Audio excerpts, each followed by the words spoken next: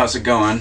Today I'd like to read an excerpt from a piece called Wikileaks is Zionist Poison 2, Deconstruction of the Myth. This is from wakeupfromyourslumber.com, posted by Aletho almost a week ago. So I'll just begin it. It's a pretty long piece. I highly recommend it. As always, I'll attach the web address to this video on its page. So check out the full piece if you get the chance. Very interesting stuff. Okay, I'm going to skip down a little bit from the beginning. This heading is Israeli Foreknowledge and Arrogance. One day after the World Trade Center was demolished with military-grade thermite explosives, mass murderer of Gaza Benjamin Netanyahu told the Zionist-owned New York Times that the 9/11 attacks were very good for U.S.-Israeli relations, and that they would generate immediate sympathy for the Zionist entity. 1 year after Netanyahu made these audacious declarations, he delivered a speech to the U.S. House of Representatives laying out reasons why the obliteration of Iraq is necessary for the survival of Israel. In 2008, the Zionist war criminal delivered a speech to an Israeli university reiterating his comments about the Mossad false flag on 9/11, as well as stating that his regime is benefiting from the American struggle in Iraq. As recent as July of this year, Netanyahu has publicly declared that any withdrawal from Iraq will leave the Tel Aviv regime vulnerable to renewed hostilities.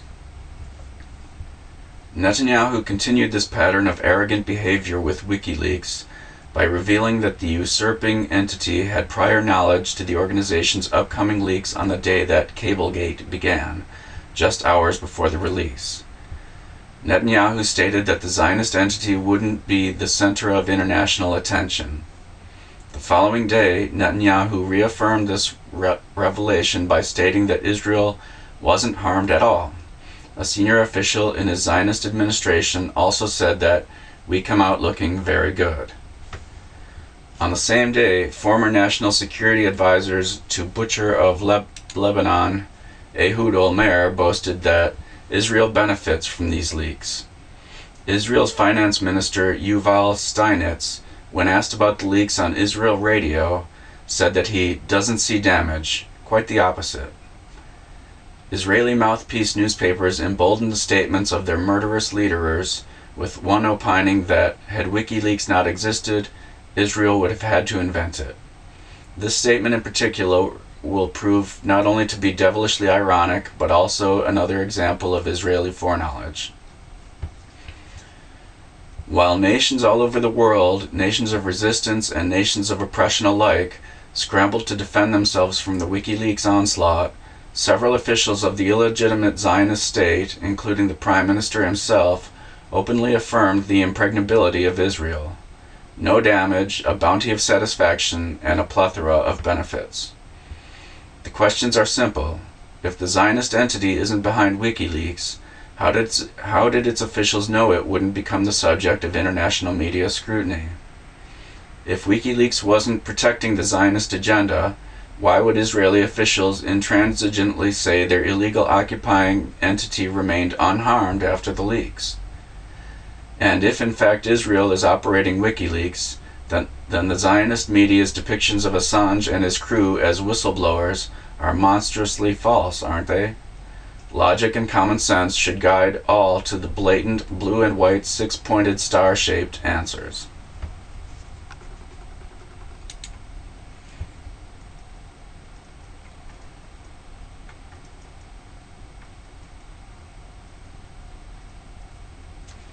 Red Mafia Don Simeon Mogilevich is left out of Cablegate deliberately.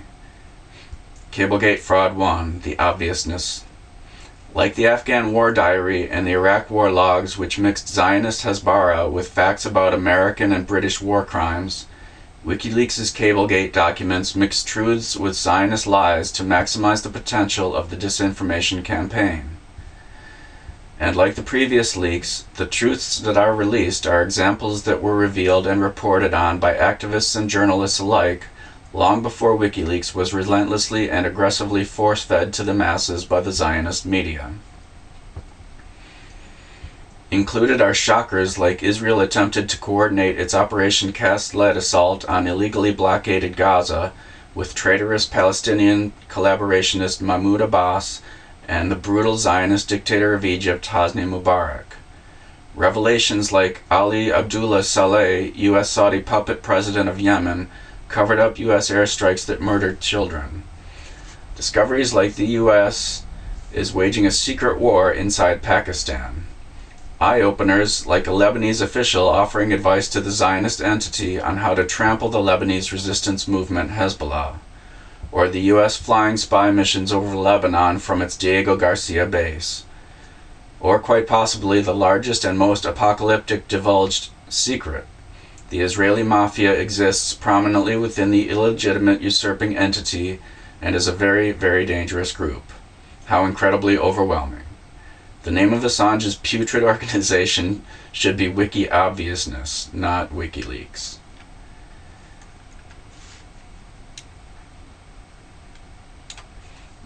Mahmoud Abbas has been exposed over and over again as treasonous to the Palestinian people since he became an integral part of the Middle Eastern politics, or more accurately, the Zionist power configuration. A little Petrus there. Since 2005, Abbas's Palestinian Authority has been cooperating with the Zionist entity through security coordination, which links the two illegitimate powers to a crackdown on all elements that support resistance to Zionism. Despite denial after denial by Abbas himself and his spokespersons, he finally admitted to this filthy collaboration in March of this year. Israel and Mubarak's regime have transferred weapons to Abbas, and the U.S. has given Fatah hundreds of millions of dollars in aid to undermine Palestinian resistance, chiefly Hamas, and to strengthen the Zionist stranglehold on occupied Palestine. Mahmoud Abbas has deep financial ties to Tel Aviv, which also amounts to hundreds of millions of dollars given to Fatah by the Israeli government yearly. WikiLeaks wasn't needed for learning this. Anyone that is simply capable of reading is well aware that Abbas is a disgrace to the Palestinian people and a total puppet of the Zionist entity. It goes on from there. It's really terrific stuff. Check it out on your own time. I hope you do. And thank you. See you next time.